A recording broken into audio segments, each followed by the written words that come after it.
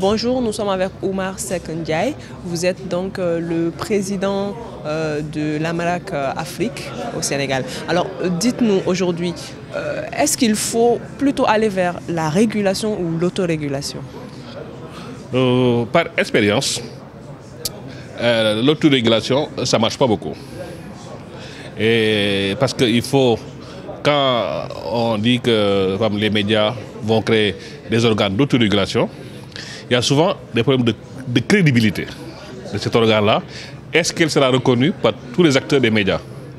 Est-ce que l'organe d'autorégulation aura les moyens de contraindre les associateurs à suivre le chemin tracé? Donc souvent on va avec des failles ou bien des organes, on va les créer pour les créer, mais ce n'est pas très efficace. La régulation aussi, il faut mettre un peu de bémol. Aujourd'hui, la tendance c'est d'aller vers la co-régulation. Il faut quand même une structure étatique institutionnelle, mais il faut aussi que cette structure intègre une autre approche, c'est la co-régulation. Parce que ce sont les acteurs qui sont dans un secteur qui sont les plus aptes à comprendre les problématiques et les enjeux de ce secteur. Donc si l'État ne prend pas ça en compte, on risque d'avoir un déphasage entre la réalité et la structure de régulation. Et d'autant plus que dans la plupart de nos pays, les structures de régulation ne sont que formelles. Elles n'ont pas de pouvoir de sanction, donc ça ne sert à rien. Donc pas de crédibilité. Elles passent leur temps à faire des avis que personne ne lit. Alors aujourd'hui, quels sont les jalons qui sont posés pour aller peut-être vers cette co-régulation ou en tout cas essayer de prendre en main la régulation audiovisuelle? C'est là un des grands problèmes. Il n'y a pas une réflexion très prospective. Aujourd'hui, on va vers la convergence. C'est imminent. Mais il y a très peu d'États qui ont mené une réflexion très aboutie sur la question.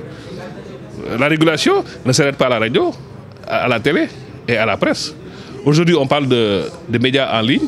Aujourd'hui, on parle de convergence. Et on se rend compte que dans leur organisation, dans leur constitution, dans leur fonctionnement, les organes de régulation ne sont pas organisés pour gérer ces aspects.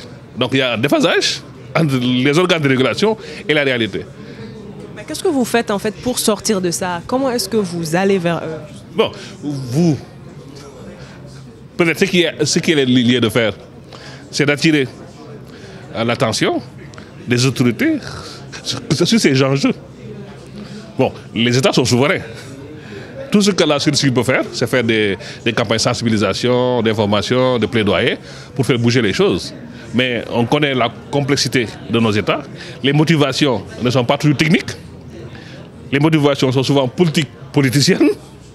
Donc on voit ce que ça donne. Et puis les États ne sont pas de même valeur. Si on prend le cas du Bénin, le Bénin est en relative avance par rapport à ces questions. Parce qu'il y a au moins un organe de régulation relativement autonome qui se prend en charge. C'est un peu aussi le cas au Burkina, même s'il y a des limites.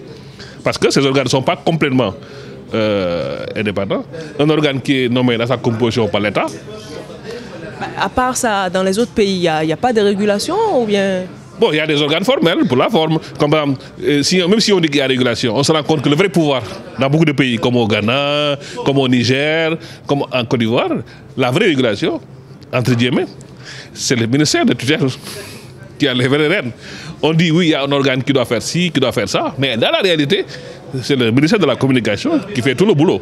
Donc souvent, les organes, en fait, ne donnent que des avis. Et un avis, on sait, il est consultatif. Donc il y a un changement en profondeur qu'il faudra mener sous l'impulsion de la société civile, sous l'impulsion aussi des sociétés, des médias organisés. Et là aussi, il y a un problème. Dans la plupart de nos pays, les médias, que ce soit la radio, la télé, les autres, ne sont pas très organisés. Il y a même des dissidences. Les syndicats ne regroupent pas tous les organes. Il y a des sortes de lobbies, 4 ou 5 médias puissants qui sont à la part du gâteau. Donc il y a déjà un travail à faire au niveau des médias, un travail d'organisation, un travail de définition d'objectifs, de clarification des enjeux, et maintenant donner une impulsion aux États pour aller dans la bonne direction. Mais aujourd'hui, ce travail de synergie ne se fait pas. Et nous sommes en Tunisie. Nous avons vu d'ailleurs que les pays maghrébins sont peut-être un peu plus avancés. Mais qu'est-ce qui se passe? Pourquoi en Afrique subsaharienne ce n'est pas le cas? Un peu plus avancé, je ne dirais pas. il y a beaucoup de bruit parce que c'est des pays qui commencent une réflexion. Donc c'est normal que ça fasse du bruit. Mais ils ne sont pas plus avancés. Parce que dans la plupart de ces pays-là, il n'y a pas de médias entre guillemets libres en tant que tels. Je ne dirais pas les noms, mais il y a des pays où les médias dits libres, en fait, c'est des médias du service public qui sont plus ou moins, qui ont une certaine autonomie. Donc je ne dirais pas plus avancés, mais eux, ils sont à une étape de réflexion. Peut-être ils vont tirer le son de ce qui se passe en Afrique sud-saharienne. Mais ce n'est pas les mêmes contextes. Ils sont en construction. Mais quelle est la différence alors? La différence, c'est le cadre politique.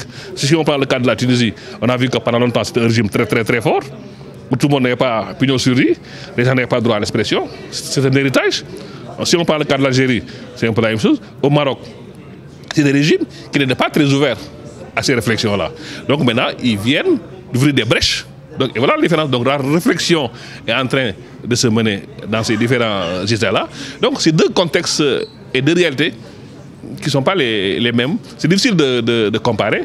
Disons qu'ils ont des démarches parallèles. Maintenant, l'important dans un temps court, c'est d'arriver à des passerelles où les gens peuvent partager les analyses, les réflexions.